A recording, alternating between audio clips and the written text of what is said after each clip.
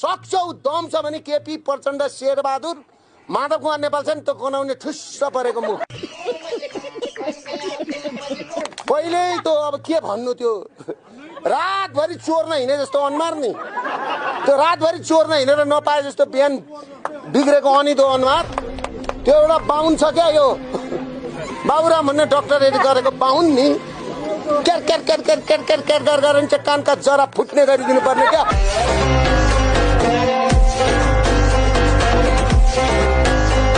अमेरिकाबाट प्रधानमन्त्री के भनेर आउँछन् भने गइराएर चाहिँ नि मयूरको अनि एलिफेन्टको कुरा गरेर आएर संसार चिप्स राख्ने कुरामा गइसक्यो हाइपरलुपको कुरा गर्छ उहाँ मंगल ग्रहमा मान्छे राख्ने बस्ती राख्ने कुरा गर्छन् है हाम्रो हात्ती छ गइरा छ मुजुर छ कुखुराको भाले छ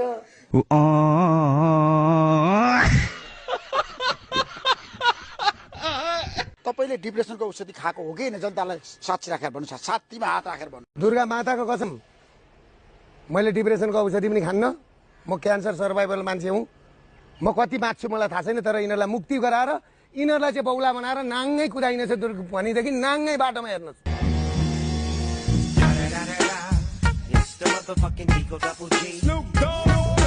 आज आएर पर्दाफास भयो हैन तपाईले एकजना सांसदको पद खाइदिनु भयो निलम्बमा पारिदिनु भयो ढाका कुमार श्रेष्ठको किन के सार्वजनिक गर्नुभयो त्यो ढाका कुमार श्रेष्ठको पद मैले खाएको होइन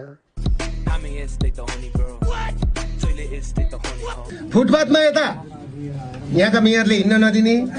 उता ब्याङ्कले लिलाम गर्ने फुटपाथमा मकै बेच्न नदिने पछि के गर्छ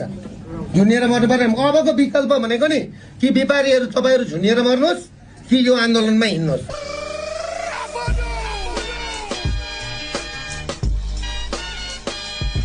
रक्सी खान जाँदाखेरि ठिक्क एक प्याक दुई प्याक खायो ठिक हो अब हाम्रो तपाईँको चाहिँ नि सुत्ने गरी लड्ने गरी खान्छ नि त अनि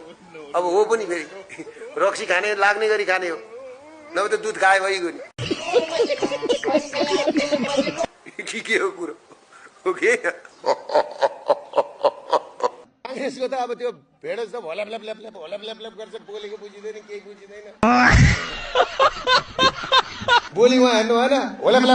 होल्याप गरेको हुन्छ नेपालमै बनेको लाउँछु भन्नुहुन्थ्यो नेपालमा धागो पनि भन्दैन के घन्टाको लाउनु मेरो खराब पानी छ मेरो खराब पानी अलिक कडा भयो कि हौ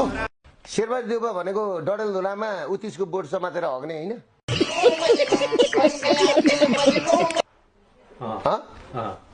कुन हैसियतको मान्छे हो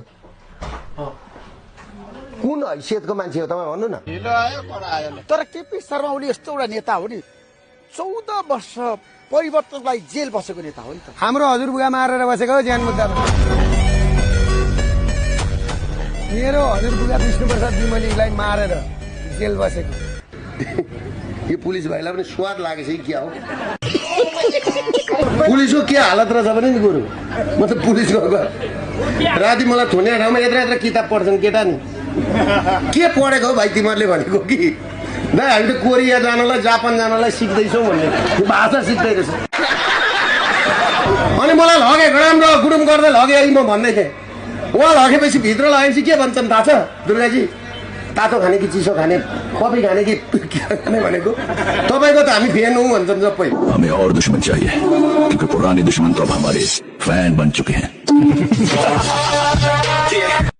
यिनीहरूलाई म लडाउँछु समय पनि मेरो हुन्छ ठाउँ मैदान पनि मेरो हुन्छ हतियार पनि मेरो हुन्छ नागरिक पनि मेरो हुन्छन् त्यतिखेर म यिनीहरूलाई लडाउँछु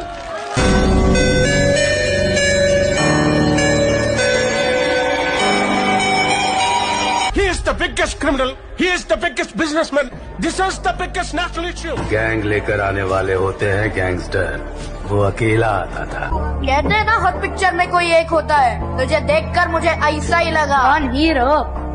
नहीं विलन